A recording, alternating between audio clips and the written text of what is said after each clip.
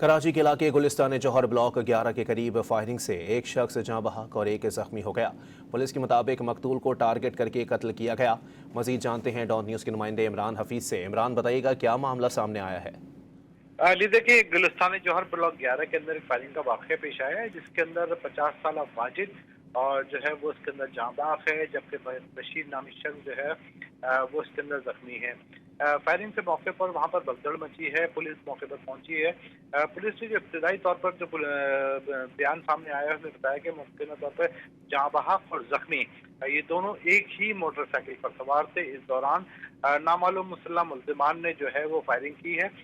मुल्ज़िमान की फायरिंग जो चलाई हुई गोली जो है वो मकतूल के सर पर लगी, जो जिसके बायस ये मौके पर ही जाना हुआ है। अभी तक जो है वो जाए वो हुआ, क्योंकि अंधेरा ज्यादा है वहाँ पर, जाए वो हुआ से गोलियों के खोल जो है नहीं मिल सके हैं। क्राइम सीन यूनिट को वहाँ पर तलब कर लिया है और वो वहाँ पर जो मौके की जो है वो जांच पड़ताल कर रहे हैं। इसके अलावा खोल जो है उसकी भी तलाश जारी है।